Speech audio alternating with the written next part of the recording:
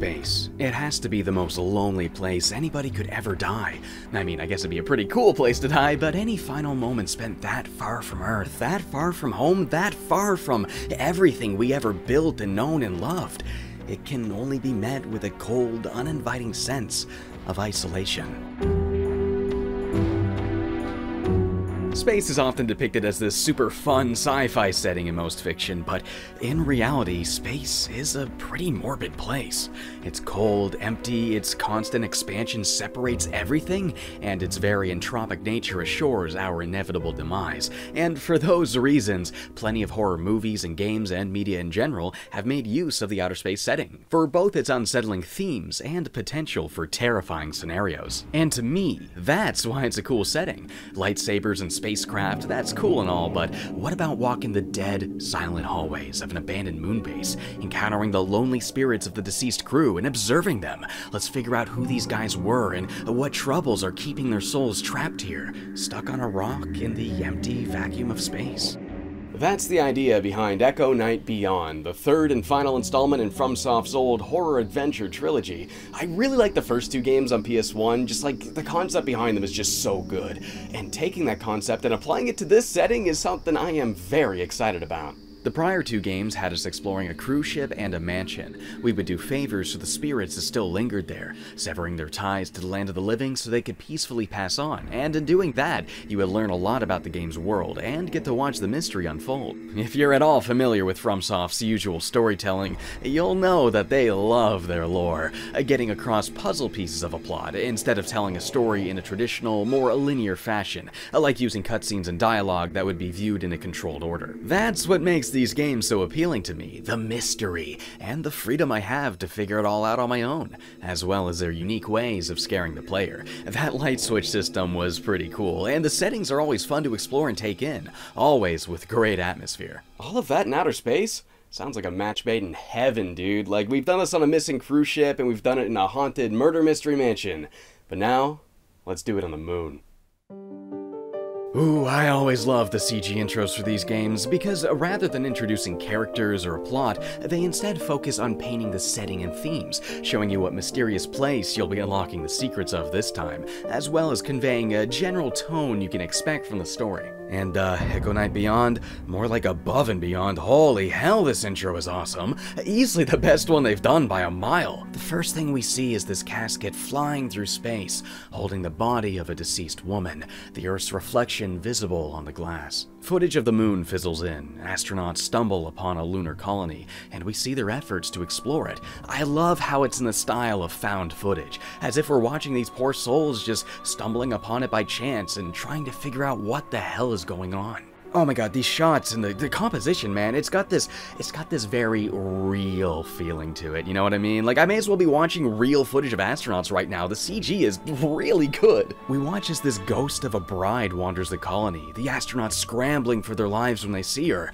But it's not enough. They meet their ends, and the camera slowly zooms out to reveal that they were far from the only ones. The camera slowly pans up, the Earth looking down on us, a reminder of how far from home we all were during our final moments, a stark introduction to the game's reoccurring themes of loneliness and separation. The song that accompanies the intro is so cool. The music in this game is definitely a huge step up. You've got those vocals that feel so sad, angelic almost, like the sound of lonely souls that fail to echo in the vacuum of space, cries that are destined to go unanswered. And they pair that with this really cool drum track that has this subtle crunch of radio chatter in it, like as if we're calling for help and nobody's on the other end to answer. Dude, everything about this intro is so good. It encapsulates the themes this game wants to explore so unbelievably well.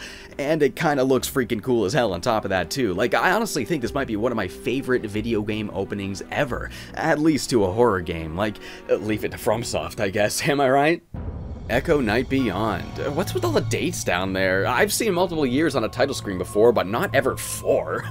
I guess the game's so futuristic that it came out in 4 timelines. Starting up the game, we wake up in the remains of a crash. All we remember was taking a ride in a commercial space shuttle with our fiancée, Claudia, and the next thing we know, we're emerging from the rubble. That shuttle crashed into this moon colony here. We don't know why it crashed, but we do know a lot of people died here.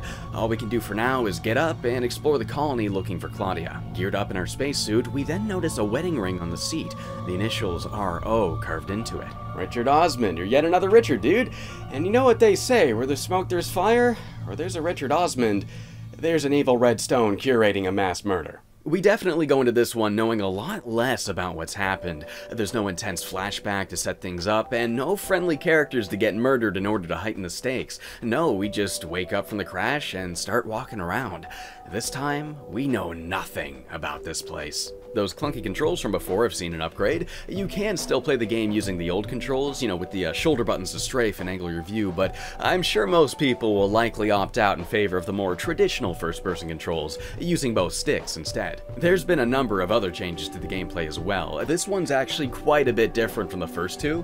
For starters, you now have a flashlight, and you can toggle it from off, dim, and bright using the triangle button. You won't be getting the lights on very much this time around. It is a creepy abandoned moon base after all. The atmosphere just wouldn't be there if we got the main lights back up and running again. You gotta have those dark, spooky hallways, right? Instead, you'll use the flashlight to see what's around you. The battery is limited though, so you will have to be on the lookout for extra battery cells you can recharge it with. I do like the idea of Echo Night introducing something you have to maintain, because that's what separates adventure horror from survival horror, having to manage resources like health, bullets, battery, etc. Now we've got something to worry about, but you know, while I do like the idea a lot, they kinda chicken out with it. I never ran out of batteries ever. I even tested it to see how long it would take for it to run out, and like, yeah, as long as you don't leave the flashlight on when you clearly don't need it, and you pick up the cells whenever you see them, you're never ever gonna have to think about this thing. It's just not realistically gonna die. So since we have a flashlight and we no longer turn on the lights, how do we deal with these enemy spirits?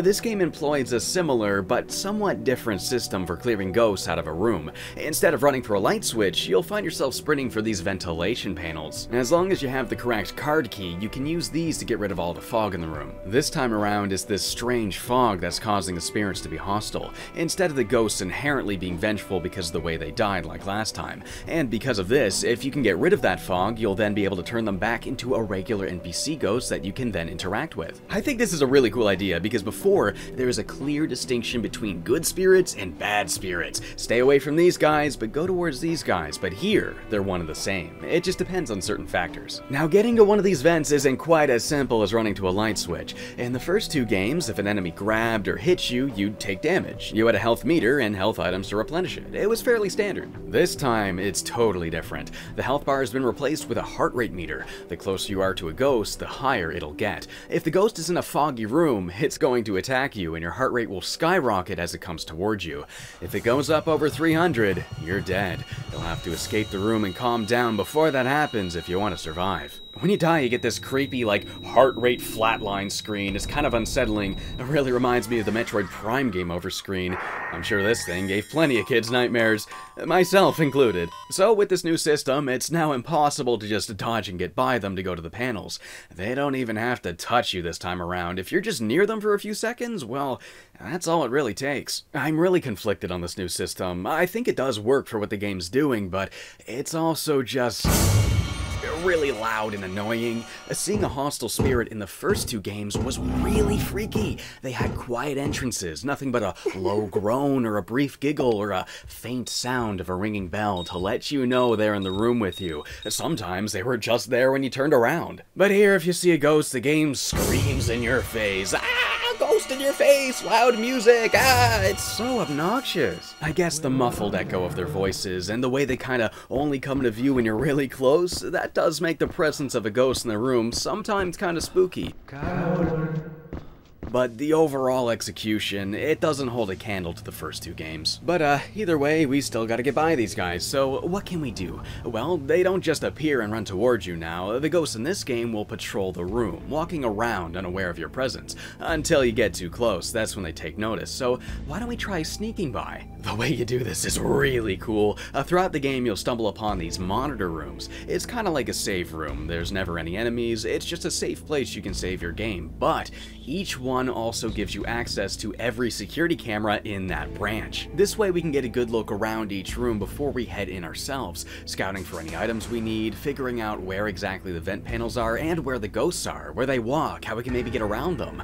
There's a lot of preparation involved this time. Sometimes they'll even attack the camera, which is not only a spooky detail, but also a good way to temporarily distract the ghosts so you can get by. And this is also how we watch the flashbacks in this game. The first 2 games would warp you to a scene in the past where you could walk around, maybe watch a scene play out or do a puzzle or something. You were brought there physically. Here we find them by looking for these highlighted markings on camera. Footprints, handprints, anything like that.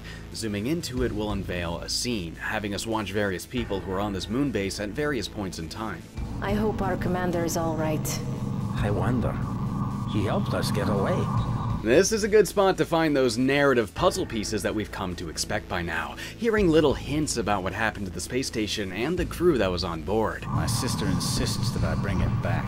It means a lot to her. Sometimes it'll even give you a hint about where an item you need is, or maybe tell you a character's motivation so you know what to do to help them move on. Please, Victor, there should still be some good batteries somewhere. This is the battery. Now I can finish my work. This is a really cool mechanic, one the game makes sure to get good mileage out of too. There's always enough to do with these cameras that it feels genuinely important to do. I always make sure to scan every room because I know I'm gonna need that information. I feel like a detective flipping through video feeds looking for anything I can find. Getting by the ghosts even when you do know their path still can require a lot of trial and error though. If they see you, you gotta run away before you die, so it's like, oh, the moment you kind of bump into one of them, you gotta run away, you gotta wait, and then you gotta try again. It's way more annoying than it is scary, and that's really disappointing, because I think the ghosts themselves are far more creepy looking now. They got this blurry aura to them, high contrast shadows obscure most detail. It's like we're really staring at the vague remains of somebody. And they're still kinda there, but it's this blurry, confused version of what they once were, their personal ties being the only clear thing about them. Severing those ties is yet again how we get these spirits to move on peacefully, and this much does feel expanded on.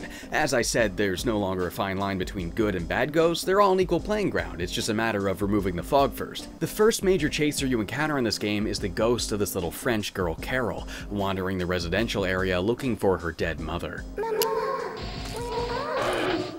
Just outside, we have this French man mourning the fact that his daughter no longer recognizes him, unaware of the fact that it's the fog making her hostile.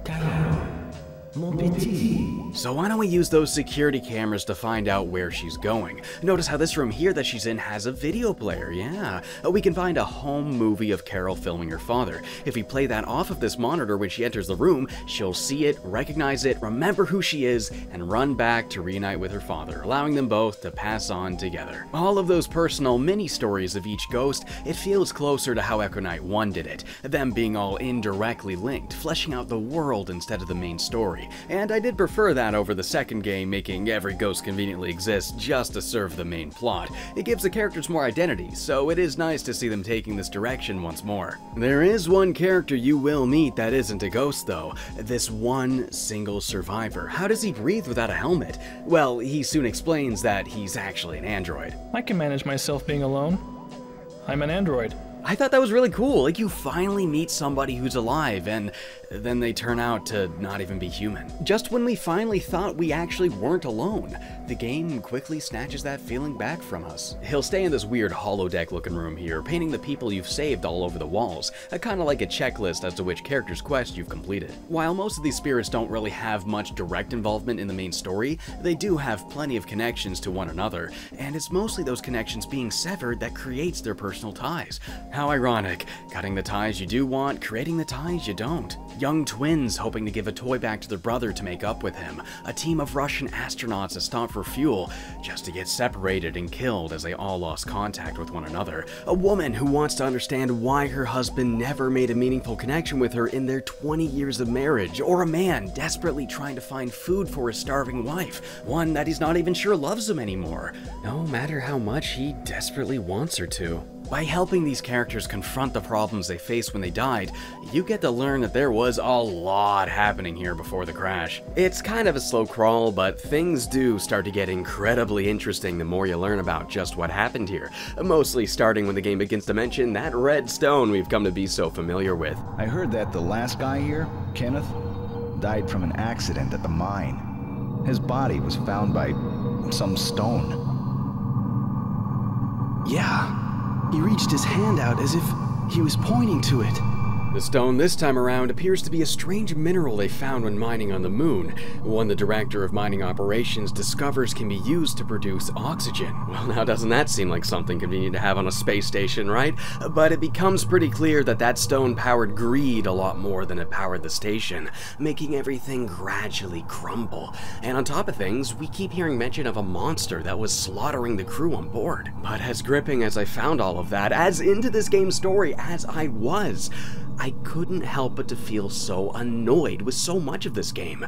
It has a lot of problems. The controls are a lot better, yeah, but everything is so much further apart. I thought backtracking in Echo Knight 2 was bad, but holy hell, this is so much worse. It takes so long to get from one area to another, and there's a lot of times where the game makes you do that. It's not like once or twice like in the second game. No, this is a constant problem. It's 2044, it's the future, we're on a moon colony. You could have made like teleporters for fast travel or something like that, I don't know. Maybe power them on as you progress through the game so you can quickly get back to areas you've already been. That would have made travel so much easier. But no, they really just had to make you walk everywhere. Everything kinda looking exactly the same doesn't really help either. The entire space station has the same colors, the same vibe, the same theming. It's all just gray metal and pipes. Not very many of these rooms really stick out that much, and because of that, I had a really hard time remembering the map, and that made navigation as tedious as possible. Like, dude, the amount of times I would walk through a hallway just to be like, oh, no, it wasn't this one. I think it was back there? No, it's not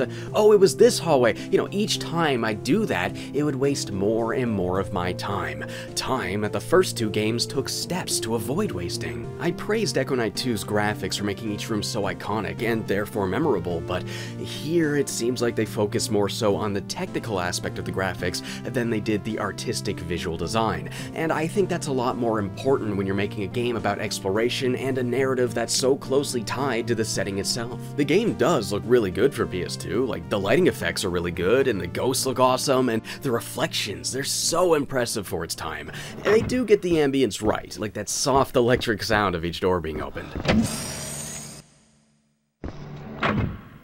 Never gets old. They did do a really good job with all of that, but it's not enough. You also need artistic direction to go alongside it if you want these rooms to be remembered. And everything being so gray, oh my god, it makes some items hard to find. This roll of tape here, for example. You need this thing to fix this pipe here so you can progress through the game, right? But I could not for the life of me find the damn thing. It's a tiny gray object on a big gray pipe in the corner of a gray room that's covered in a thick gray fog. How in the hell is anybody supposed to notice that? And I get that you're supposed to look for these items on camera, and when it works, it is very rewarding. But sometimes it doesn't. I mean, look here. I brushed right past it because there's absolutely nothing about it that grabs your attention. Even viewing it from this different angle, it still blends right in. The absolute worst example of this is when you have to find a letterhead late into the game. This flashback here gives you a hint to look at the sign for their location. It's really cool using natural pieces of the environment to get those clues across. I love it. But that's all you get to go on. That's the only clue, so I searched this entire room, up and down, left and right, front and back. I couldn't find anything. There's nothing here. So of course, I decide to look it up. Apparently, it's in this locker. Do you see it? You see the letterhead? No, you don't? Really? Oh, you idiot. It's right here. How'd you not see that, silly? You silly goose. You dumb moron. You stupid piece of shit. This is horrible game design. How was anybody supposed to find that? And clicking the button to interact, it just closes the closet door if you're not facing a letterhead. So everything had me believe that just like every other locker in this wing, there was nothing of interest inside. And it just begs the question, why? This was never a problem before. Every item was attention-grabbing in one way or another, so how did they screw it up here? I'm not asking them to make the items glow or sparkle or nothing like that. You know, that can work for some games, but if you really wanted to keep that sense of immersion, you could have just used more color, or better yet, better artistic visual design to paint a scenario that both feels organic and also guides the player naturally. Have the pipes arranged in a way that grabs your attention and guides your view towards the item. You can strike a balance. You don't have to sacrifice one for the other. Staring at the color gray became even more of a pain in the ass once I stepped outside onto the moon's surface. It is pretty cool at first, but you go incomprehensibly slow. You can do these little astronaut hops, but they're still not that fast, and they lock you into a forward arc that you can't control once you leave the ground. It's like Castlevania jumping, except in 3D, and it's really difficult to judge how far you're going to go when the movement is so slow and uncontrollable, and that makes it really easy to fall off a ledge and die by mistake. So, what does that sound like? What do you think is the worst thing we could possibly do with this mechanic? I'll give you a hint. It's like more or less what this channel's known for. Platforming. No, like they just really do expect you to somehow make this jump, this slow, dedicated arc that you can't control at all once you leave the ground, right? It's like lining up a shot in an artillery game, but with the low gravity of the moon and onto a moving platform. This took me 4 tries, and yes, I know 4 doesn't sound like a high number, but it sure is when you consider that the walk back here from the save point is pretty freaking long. Some of the quest solutions felt really cheap too. Again, the writing is there, the characters are there, the setting is there, but when I'm bringing an earring back to a ghost so her husband can see that she really does love him, holding on to the first gift he ever gave her? Kinda hard to buy into that feeling when the earring in question was 2 feet away from them down the hall. Like, what? Really? Just there? Just right there? She really couldn't find that herself? This very high value object that is the determining factor in repairing this relationship so they can peacefully move on into the afterlife. Not just on the ground, just, you know, just right there. Just, oops, I didn't see that. These problems are all reoccurring. You pretty much have to deal with them all the entire playthrough, and it made this game a slog to finish. The pacing issues are so bad that half the time I found this game straight up unenjoyable. I found myself growing tired, impatient, and frustrated with it. Well, I guess there are still a decent amount of puzzles that are fairly clever and really fun to find out. Anything involving scanning camera feeds or the notes you find and interpreting clues from them, like hearing about a code being based on the birthday of this character's kid. Is it your son's birthday?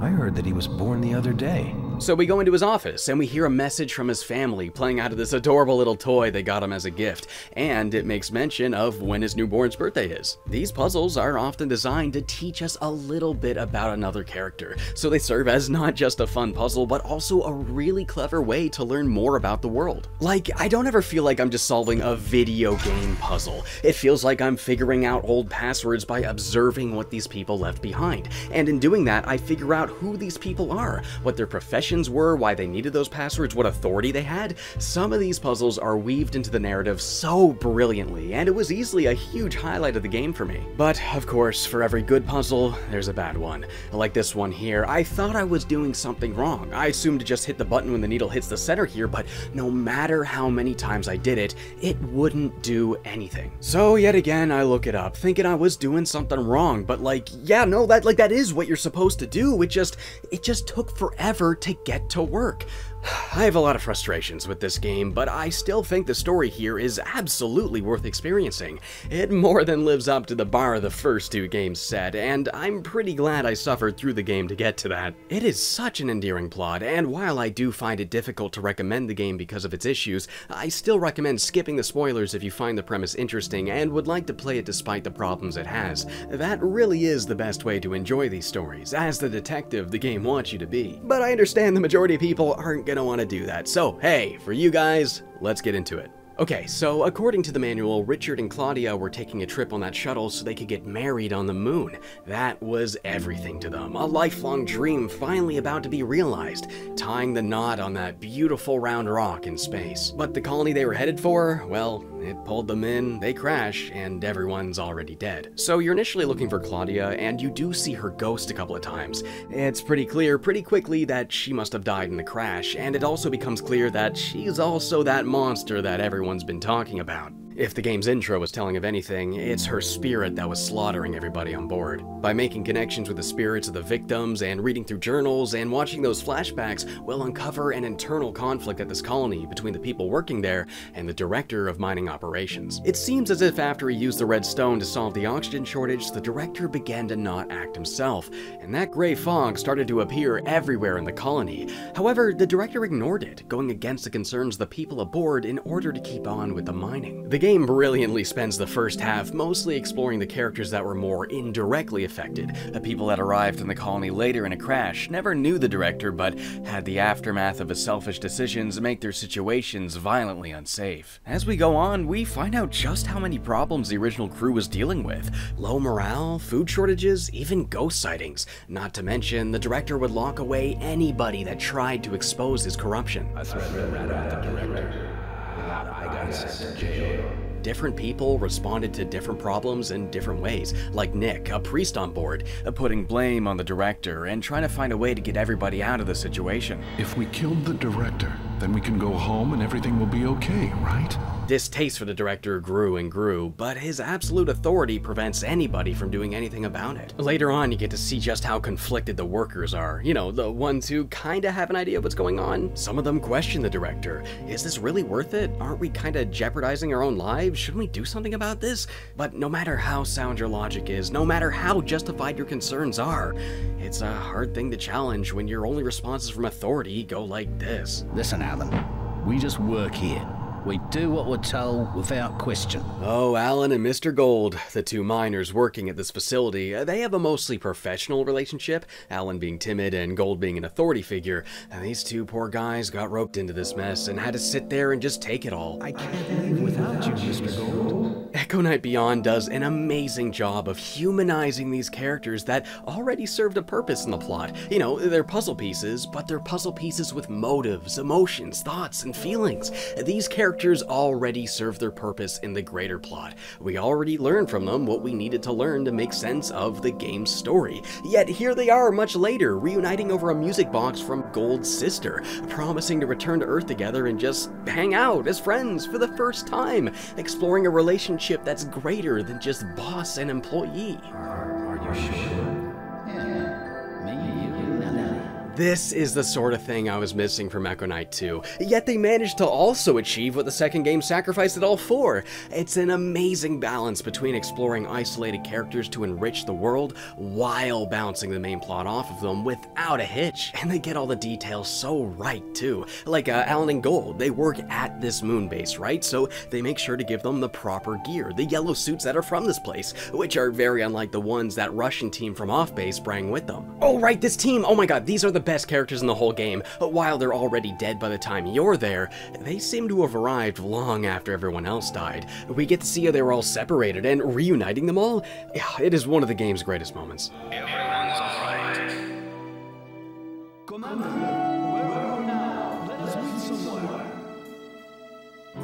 Rest area next to the center hub. There's this one NPC that I kept seeing throughout the game. He would just kind of like show up and walk by after certain points, and I kept wondering who he was and why I couldn't talk to him and what the point of this NPC was. But then you get here and it's like, oh my god, it was their commander. He was looking for them the whole game. Their story arc is a really nice recap of the game's themes of separation. It seems so deliberate that they place it near the end of the game, the way you fix the radio so they can contact one another finally, and the way they have realizations about their own relationships.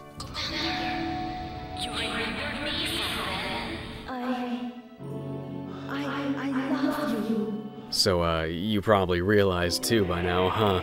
Yeah, it hit me the moment I got the last one to pass on. The intro of the game?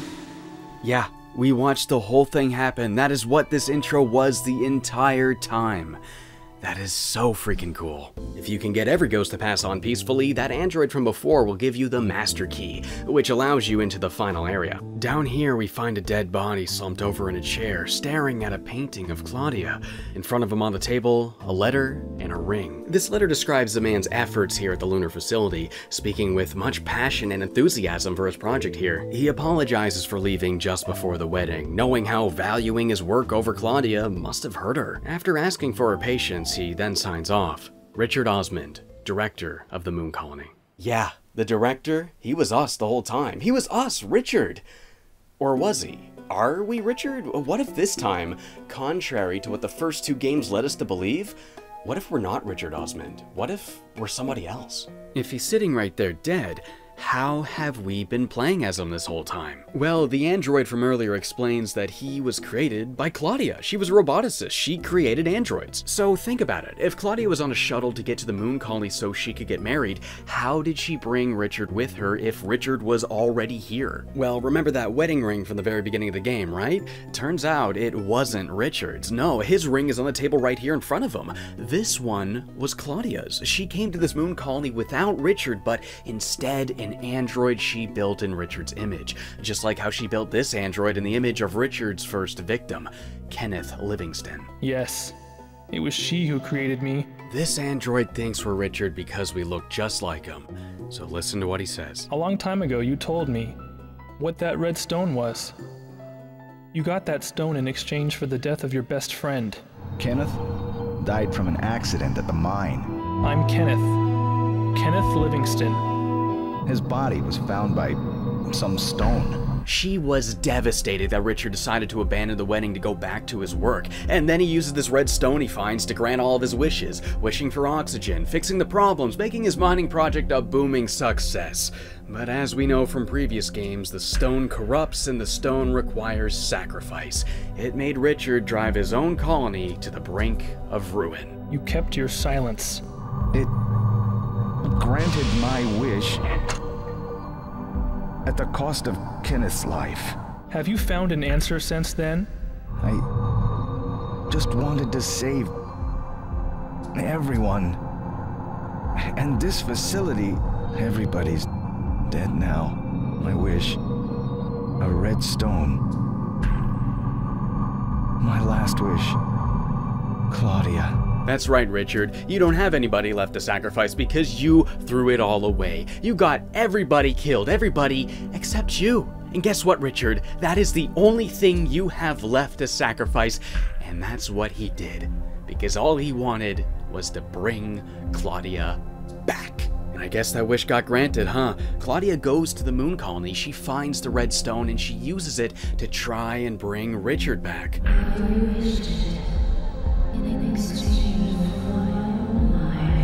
A classic Romeo and Juliet, the mutual swallowing of poison. But it didn't bring Richard back. No, it turned her into a powerful spirit that killed everybody who remained alive, and would continue to kill anybody who dare come here, including those Russian astronauts that came in search of fuel long after these events. My guess for a timeline here is that this android of Richard, it powered on and began exploring the moon base long after the crash happened. I mean, everybody's already dead, and this crew, they would have had to be here long enough to get killed by Claudia's ghost, so clearly we didn't wake up right when the crash happened. I'm an android. All I do is memorize things. We've been seeing this whole game through the eyes of an android designed to record information. This android's purpose is to learn as much about this colony as it possibly can. And that's exactly what we've been doing this whole time. So, why don't we talk about the endings now? There are 4 endings you can get here, depending on whether or not you got all the spirits and grabbed these 2 items, and also whether or not you take the stone from Claudia. The endings are all fairly similar, it's just Claudia reacting and passing on with various parting words, and you parting ways with her in different ways. Choosing to take the stone after getting a letter in the ring makes her angry that even an android would make the same foolish mistakes as Richard would, bitterly wishing we were the real Richard before passing on. We look at her body, we ignore it, and we hold the stone up to the earth, showing that even this android was more interested in power and greed than he was in Claudia. Taking the stone without getting a letter in the ring has her deeming you her Richard, favoring the replacement over the real thing.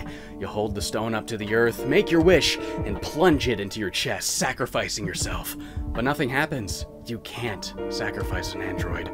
Now, if we refuse the stone when we don't have the letter or the ring, she thanks us and then passes on. We bring her body into the central hall and the camera pans up to Earth to remind us how far from home we still are. Now, the best ending has you refusing a stone after showing her the letter and ring.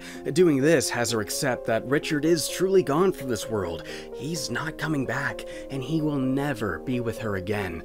All she has left of him is what he left her with. And only in realizing that can Claudia finally move on peacefully, knowing that the Richard she knew and loved, that will never go away. She takes that with her and passes on. The android of Richard places the wedding ring on her hand and launches the casket out into orbit. In a way, she did get to have her wedding, but a version of it that lets go instead of holding on. This one last shot of Earth, our home, reflecting in the glass far, far away. This final shot reinforces these themes of distance, separation, and loneliness. You know, the distance between the Earth and the Moon being an obvious metaphor for that, but even more so, it's bittersweet, having to let go to achieve peace, because nothing is further than death. The Moon may be far, but you can come back. But you can't come back from the dead. It's the only thing that is truly too far. When we inevitably die someday, and we will, it'll be our connections that we bring with us. Echo Night Beyond challenges you to spend your life loving, so you'll have something to bring when it is your time to go, to think less about what happens at the end and more about the memories you'll get to bring with you. And only by establishing these connections, keeping these connections, and cherishing those connections, can we sever our connection with the world of the living, and then pass on with something that matters. By shortening that distance while we're still alive, it'll make that distance feel so much shorter once we're gone. I think that's what this game's trying to say, and, well, I think that's advice worth taking. Wow, like, this is a tricky one, man. I am conflicted as hell over this game. On one hand, I didn't really like it that much. I thought it was boring, I thought it tested my patience. It was a slog to get through. Like, it's far, far from the worst of games I've played on this channel. There were fun parts about it, but I don't know, it really did test my patience. But on the other hand, I really do think this game says something genuinely profound. It does an amazing job of exploring themes. You know, like broader ideas that can resonate with you even more powerfully than the plot itself ever could. And for those reasons, I'm gonna be thinking about this game for a really long time. The atmosphere, setting, and some of the puzzles are excellent, and the whole thing with the cameras is really clever and fun, and the story and characters, oh, they're incredible. But most importantly, I think, the themes here are genuinely thought-provoking. I guess it's just one of those cases. I'd put it in with Rule of Rose, games that have crippling issues and understandably are not worth it for most people, but hold powerful, powerful stories for the people that did have the patience to get through it. Stories that kinda only really work as a video game. I'm not gonna pretend these games' issues are excusable, though. It's not like Echo Night 1 where, you know, I could argue that the bulky controls added to the effect of struggling to get a light switch on. No, it's not like that. The pacing, the legibility, the clarity, the bad platforming, these are all objective flaws that inherently hold this game back. Perhaps a re-release could fix these issues. You know, like make fast travel, make the items more noticeable. There's a lot of things they could do to pull the gameplay out of that slump, turning this into a genuinely good game. But as it stands currently, there's never been a re-release, unlike the first game that at least got released on PS3, and the game is expensive as hell to own a hard copy. So let's be honest, if they're not going to make their old games available again at an affordable price, people have no choice but to emulate it. I'm starting to get really friggin' sick of this, guys. Like, I'm not gonna lie. It breaks my goddamn heart to get to the end of every one of these videos just to have to say that there's no feasible way of playing this anymore. Game preservation is becoming a problem. It's a topic I've been seeing more and more, and I think it's a conversation we gotta be having. We shouldn't have to resort to piracy in order to play these things, and we shouldn't have to deal with this Disney Vault bullshit these companies have been doing. Publishers, please, make your old games available on newer platforms at an affordable price, because until that happens, as time keeps going on, there's only gonna be less and less copies available, and the prices are just gonna keep going up and up and up. And that's a problem. I think it says a lot that fans have created better ways to play these games than the actual companies themselves. So instead of shutting those projects down, why don't you compete with them? Create even better versions of those games and make them as easy to play as possible. I really hope someday it's easier to play these games, because FromSoft really does tap into some incredible potential when they make adventure games, and giving them this horror flavor allowed them to explore themes that other genres may not be as good at exploring. Oh no, I can already feel myself turning into a bitter old man crying, "All FromSoft does now now is make Souls-likes. They never do adventure games anymore. I guess they did make Déracine for PlayStation VR, which certainly was a love letter to the roots with old adventure games, but I would love to see them revisit the Echo Knight series properly someday. Not just because I like to see them redo Beyond but good, but also because, just like that iconic Red Stone, I think this formula holds limitless potential. Throw it in any setting, with any characters, any motives, ties, desires, you could do anything with this. Though with how much more successful their action RPGs are, I don't expect to see that happen anytime soon. But I do hope we'll continue to see more adventure-driven passion projects like Déracine spill through the cracks every now and then. That much, I feel like, probably will happen. This game's gotta be the very definition of bittersweet, dude, cause like, again, very, very difficult to recommend, but I wouldn't say not to play it. Like, it can be an amazing experience if you have the godlike patience for the snail's pace, and I understand that most people aren't going to have that, so in that case, I guess it's probably the kind of game where most people are better off watching a video about it or something. Which I guess is what you just did, huh? So, thanks for watching. I hope you found this game as interesting as I did, and I hope that at least some of you will give it a shot someday. It's a cursed gem for sure. Kinda like the Red Stone. It granted my wish, but at the sacrifice of it being good? Oops.